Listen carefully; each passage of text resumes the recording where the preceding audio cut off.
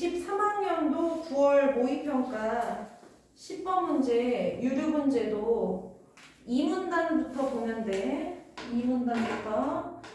자, 다시 소급해서 1문단에 상속인의 뜻이 뭐라고? 상속을 물려받는 사람이다 라고 적어놓고, 그래서 쉽게 얘기해서 상속인은 뭐를 뜻한다?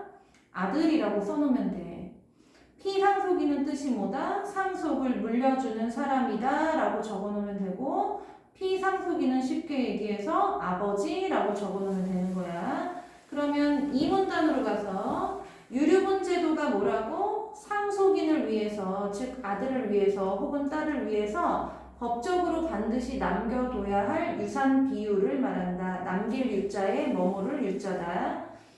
그러면 이 문단의 첫 번째 문장, 첫 번째 줄, 피상속인의 무상처분 행위가 없었다고 가정할 때 가로를 묶고 조건이라고 써놓으라고 했지. 즉 이 말이 뭐냐면 법지문에서 조건이 굉장히 중요하다라고 했잖아. 반드시 법지문에서는 조건을 파악하면서 읽어야 한다라고 했었어. 그러니까 이 말은 뭐냐면 누구에게 무상으로 줬다고 하더라도, 무상이 뭐라 그랬어? 값을 치르지 않고 공짜로 줬다고 하더라도 그게 없다고 가정할 때 상속인들이 받을 수 있었을 이익 중 법으로 보장된 부분이다. 만약 상속인이 피상속인의 자녀 한 명뿐이면 상속받을 수 있었을 이익의 2분의 1만 보장된다.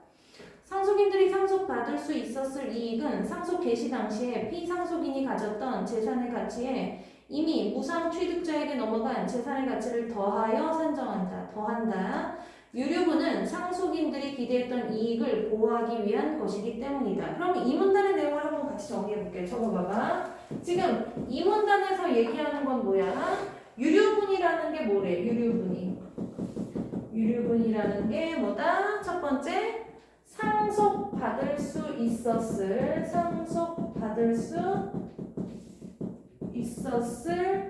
이익의 몇 프로?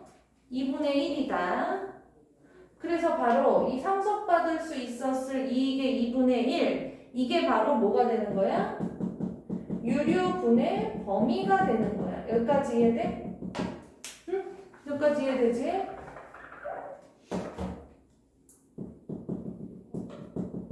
그러면 상속받을 수 있었을 이익, 요거는 상속받을 수 있었을 이익은 바로 뭐래? 요거는 거기 뭐라고 써져 있지? 상속 개시 당시 피상속인이 가졌던 재산이래. 요거에 아까 더하여 라는 말 나왔었잖아, 그치? 여기에 플러스 뭐가 된다라는 거야? 무상 취득자에게 넘어간 재산이 된다고.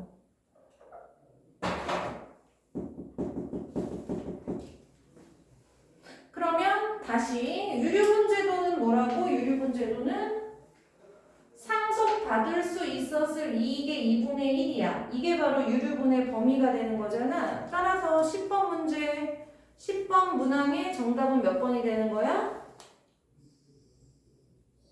2번이 되는 거지. 거기 뭐래? 유류분권이 보장되는 범위는 유류분 부족에게 일부에 한정된다. X지. 유류분 부족에게 일부에 한정된다가 아니라 뭐라고? 상속받을 수 있었을 이익. 즉 상속받을 재산의 몇 분의 1이라고? 2분의 1이라는 거지. 그러니까 답은 몇 번? 2번. 바로 나오잖아. 너무 쉽지? 근데 거기 2번 선지에 있는 거, 유류분권이 보장되는 범위는 유류분 부족에게 일부에 한정된다. 이 말대로라는 뭐야? 이 말은 재산을 받으라는 얘기야? 말라는 얘기야? 그렇잖아. 돈이 완전 적어지잖아. 완전 조금밖에 안 남는 거잖아. 받으나 마나한 재산에 재산밖에 안 남는 거잖아. 응? 이해되니? 3문장으로 가볼게.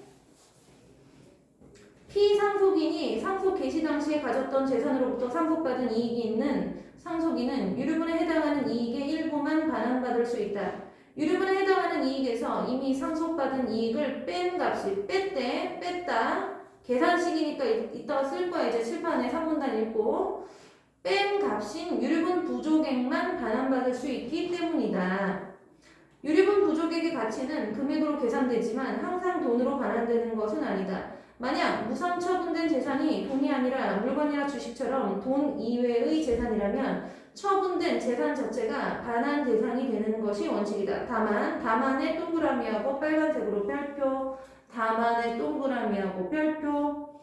이 법률 지문에서 조건이 상당히 중요하다 그래서 조건을 파악하면서 읽으라고 했잖아. 그래서 법률 지문에서 조건을 설명할 때는 중간중간에 어떤 말들이 나오냐면은 다만, 단, 예외적으로.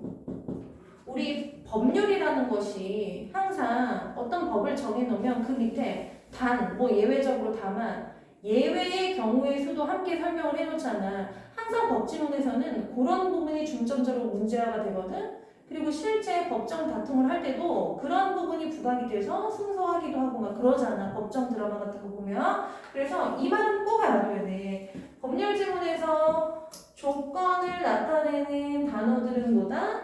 다만, 단, 예외적으로 이런 말이 나오면 반드시 이 말 뒤에는 어떤 문제화가 되는 말들이 나올 거야. 그렇기 때문에 항상 이런 단어들의 표지를 꼭 기억을 해두고 신경을 써서 뒷부분을 읽어줘야 되는 거야. 알겠지?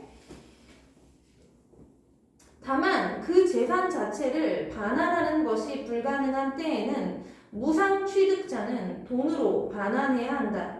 또한 재산 자체의 반환이 가능해도 유류분권자와 무상 취득자의 합의에 의해 돈으로 반환될 수도 있다.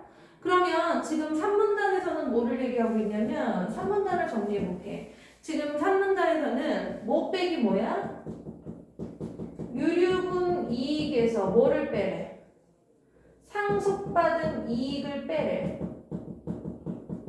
상속받은 이익을 빼면 뭐가 남는데?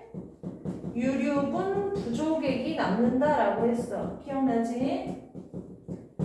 그래서 유류분 이익에서 상속받은 이익 요거를 빼면 요 유류분 부족액이 나오는 거야. 요렇게 유류분 부족액이 나오면 그 유류분의 부족액만큼 반환을 받을 수 있대. 그치? 반환을 받을 수 있대. 근데 이때 이 반환을 받을 수 있다라는 거 두 가지로 또 나오지. 돈으로도 반환받을 수 있고 또 뭐로도 반환받을 수 있다? 응?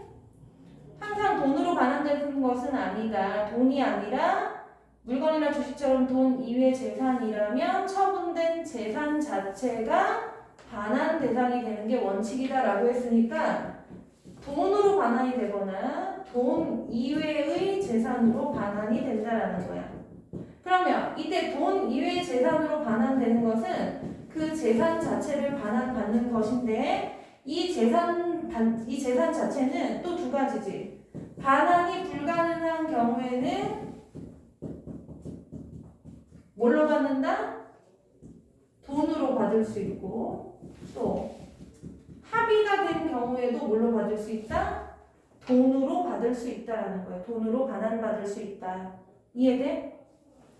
그러면 만일에 이 유류분의 이익보다 상속받은 이익이 크면 유류분 부족액은 있어 없어? 이 뺄셈식에서? 당연히 없지. 응?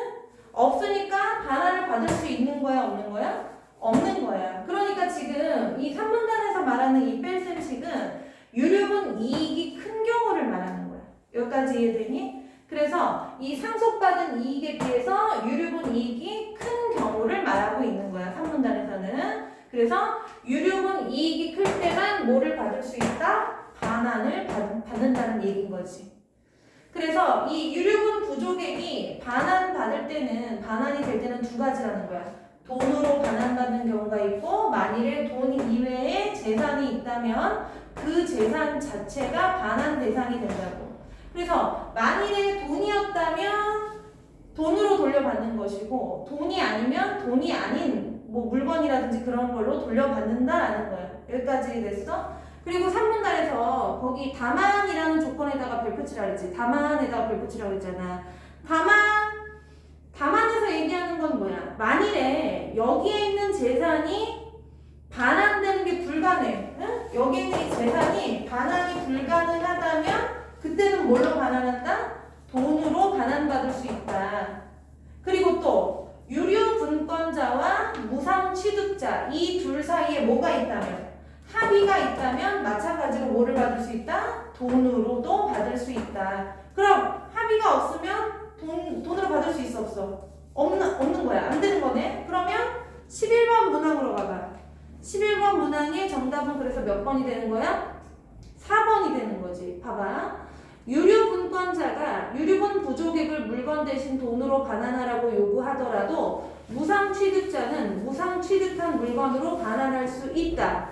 왜? 합의가 안 되었다면 합의가 되면 돈으로 내지만 합의가 안 되면 물건으로 줘야 되는 거잖아. 그러니까 답은 몇 번? 4번. 쉽지?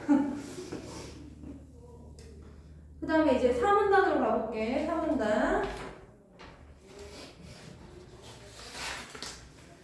무상처분된 재산이 물건이라면 유류분 반환은 어떤 형태로 이루어질까? 무상취득자가 반환해야 할 유류분 부족액이 무상처분된 물건의 가치보다 적다면의 밑줄 빡. 지금 조건이 없다라는 거야. 아니, 적다라는 거야. 유류분권자는 거기부터 밑줄 그어. 그 물건의 가치에 상당하는 금액에서 유류분 부족액이 차지하는 비율만큼 무상 취득자로부터 반환받을 수 있다. 이로 인해 거기까지 밑줄 그어. 그래서 이로 인해 하나의 물건에 대한 소유권이 여러 명에게 나눠지는데 이때 각자의 몫을 지분이라고 한다. 지분이 나왔어. 지분. 그러면 4문단에 그 두 번째 문장 빨간색으로 밑줄 치라고 했잖아.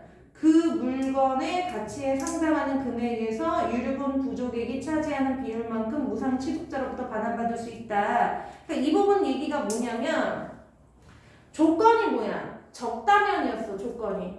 근데 크다면은 왜 없어? 조건이 적다면이라고 돼 있잖아. 크다면은 왜 안 되는 거야? 크다면 그 물건을 몽땅 반환해야 되는 거지. 여기까지 이해되니? 묻고 따질 것도 없는 거야. 크다면, 만약에 크다면으로 적혀 있다면 그냥 조건이 크다면으로 걸려 있다면 그냥 그 물건 그냥 돌려줘야 돼. 따질 일이 없는 거야. 근데 만일 물건이 훨씬 더 비싸면 그때부터 문제가 생기는 거지. 예를 들어서 우리 아빠가 만약에 돌아가시면서 이웃집에다가 그 명작 그 고흐의 그림 있지. 유명한 화가. 고흐의 그림 그 원작 그 진땡 그림을 이웃집 아줌마한테 그냥 줬어.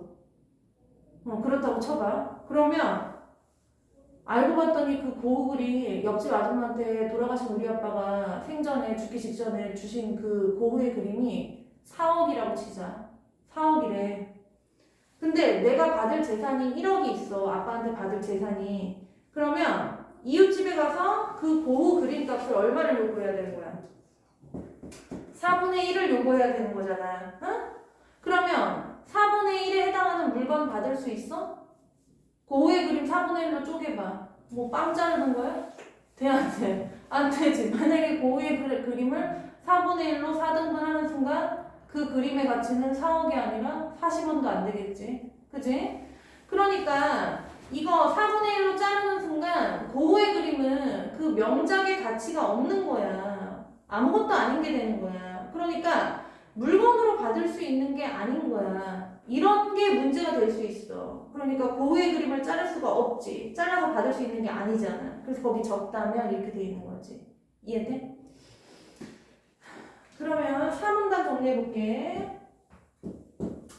3문단에서는 지금 어떤 개념이 나왔어? 맨 마지막에 지분이라는 개념이 나왔어. 지분이 뭐다? 뭐만큼 받는다? 비율만큼 받는다라는 뜻이야. 여기까지 이해되니? 비율만큼 받는다.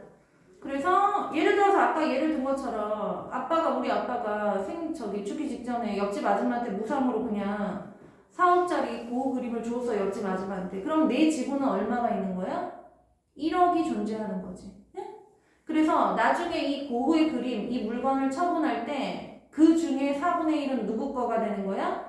내 거가 되는 거지. 나는 얼마의 지분을 갖고 있는 거야? 4분의 1만큼의 지분을 갖고 있는 거지. 이해돼?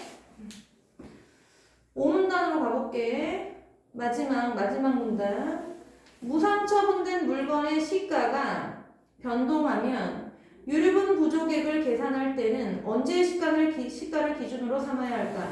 유류분의 취지에 비추어. 유류분의 취지 네모감. 유류분의 취지가 뭐야? 이 문단의 밑줄 친 부분 뭐? 피상속인의 무상처분 행위가 없었다고 가정할 때였잖아. 기억나? 응. 유류분의 취지에 비추어 상속 개시 당시의 시가를 기준으로 해야 한다. 다만이란 말이 또 나왔어. 다만의 동그라미하고 별표가 그 물건의 시가 상승이 무상 취득자의 노력에서 비롯되었으면 밑줄 봐봐. 무상 취득자의 노력에서 비롯되었으면 이때는 무상 취득 당시의 시가를 기준으로 계산해야 된다. 그러니까 무상 취득자의 노력에서 비롯되었다. 만약에 물건값이 올랐어. 근데 그거는 무상 취득자가 노력한 것이라는 얘기인 거지. 지금 여기서 말하는 다만의 조건의 이야기는. 응? 그러면 5문단 정리해볼게. 지금 5문단에서 하고 있는 얘기는 뭐야? 5문단에서는 시가는 뭐를 기준으로 해야 된다? 상속 개시 당시를 기준으로 해야 된다. 두 번째 문장에 나와 있잖아. 5문단의 두 번째 문장에. 네? 그리고 또 5문단에서 다만이라는 조건이 나왔어. 그러면 다만이라는 조건 부분에서 원래는 상속 개시 당시인데 이때 뭐가 있다면 무상 취득자의 뭐가 있다면 무상 취득자의 노력이 있다면 시가는 뭐를 기준으로 한다? 응? 무상 취득 당시를 시가의 기준으로 한다. 5문단의 세 번째 문장에 나와 있잖아. 그래서 지금 5문단에서 또 마지막으로 한 얘기가 뭐야? 지분 계산은 어떻게 한다? 지분 계산은 뭐를 기준으로? 지분 계산은 마지막에 나와 있잖아. 네 번째 문장에 5문단의 네 번째 문장에 언제를 기준으로 한다? 지분 계산은 상속 개시 당시의 시가를 기준으로 지분을 계산하는 거라는 거지. 그러면 정리 다 해봤어. 그러면 문제를 이제 한번 풀어볼게. 내용은 이해됐어? 이제 내용은 이해됐지? 그러면 문제를 한번 풀어볼게. 10번. 아까 일단 답은 2번이라고 해봤어. 그러면 10번에 1번 선지부터 볼게. 유료문건은 상속인이 아닌 사람에게는 인정되지 않는다. 이거 당연한 말이잖아. 옆집 아줌마가 와서 나도 상속해줘. 이런 게 돼야 안 돼? 안 되지. 3번. 상속인은 상속 개시 전에는 무상 취득자에게 유류분권을 행사할 수 없다. 이거 완전 폐륜화가 되라는 말인 건데? 그렇잖아. 아빠한테 가서 이러는 거야. 아버지, 어차피 곧 죽을 것 같은데 지금 지금 완전 저거 하는데 그냥 미리 나한테 돈 주시죠. 돈 내놔 이러는 선진 거잖아. 안 되지. 그 다음에 4번. 피상속인이 생전에 다른 사람에게 판 재산은, 즉 이거는 뭐야?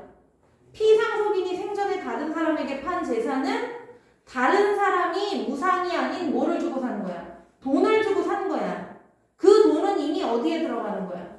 유류분에 들어가는 거지. 그래서 유류분권의 대상이 될 수 없다. 맞는 거지. 5번. 무상으로 취득한 재산에 대한 권리는 무상 취득자 자신의 의사에 반하여 제한될 수 있다. 나는 아무것도 하고 싶지 않은데 달라고 하면 줘야 되는 거야. 그게 무상 취득자의 의사에 반하는 거지. 옆집 아줌마가 나한테 고흐 그림을 줬어. 진땡을.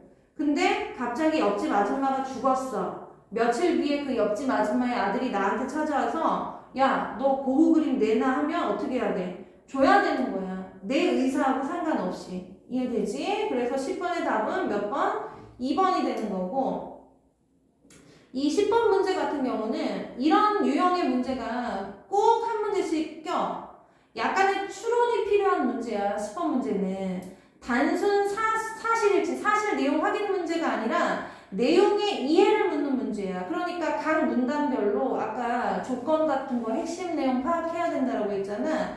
이 지문의 핵심 내용을 이해했는지를 묻는 문제야. 그래서 이 10번 같은 유형의 문제가 나올 때에는 지문에 이런 내용 없는데 어떡하지 이렇게 생각하지 말고 당황하지 말고 조금씩 추론하면서 이해를 해나가면서 풀어야 되겠지. 그러려면은 핵심 내용을 잘 이해를 해야 되겠지.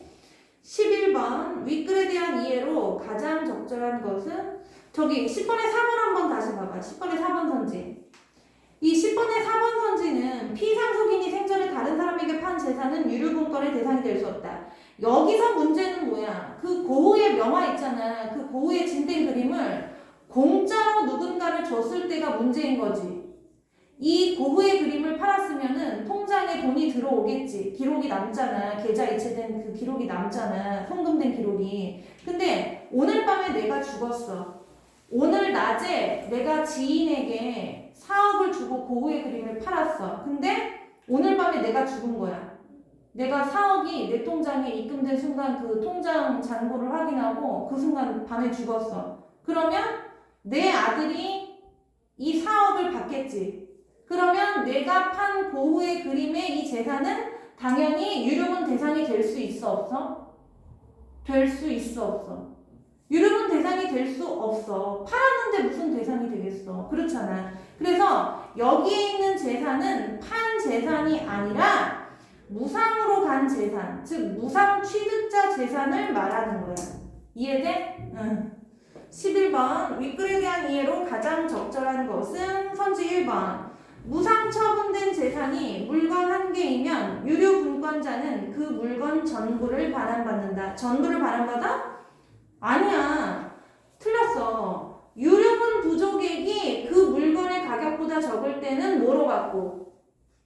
지분으로 받고 많을 때는 전부 받는 거잖아. 그러니까 틀렸고 2번 무상 처분된 물건이 반환되는 경우 유류분 부족액이 클수록 무상 취득자의 지분이 더 커진다. 커진다가 아니라 작아지겠지. 왜? 부족액이 큰 거니까 많이 가져가려고 하니까 당연히 무상 취득자의 지분은 낮아지겠지. 3번 무상 취득자가 무상 취득한 물건을 반환할 수 없게 되면 유류분 부족액을 지분으로 반환해야 된다. 지분이 아니라 뭘로 반환해야 돼? 돈이지. 4번 유류분권자가 유류분 부족액을 물건 대신 돈으로 반환하라고 요구하더라도 무상 취득자는 무상 취득한 물건으로 반환할 수 있다. 아까 했었지? 5번 무상 처분된 물건의 일부가 반환되면 무상 취득자는 그 물건의 소유권을 가지고 유류분권자는 유류분 부족액만큼의 돈을 반환받게 된다. 돈이 아니라 뭐야? 지분이 되는 거겠지. 그래서 정답은 아까 설명했었듯이 4번. 오늘 시간이 다 돼서 여기까지만 하고 나머지 12번하고 13번 마지막 계산 문제 있잖아. 요거는 다음 시간에 설명할게. 알겠지?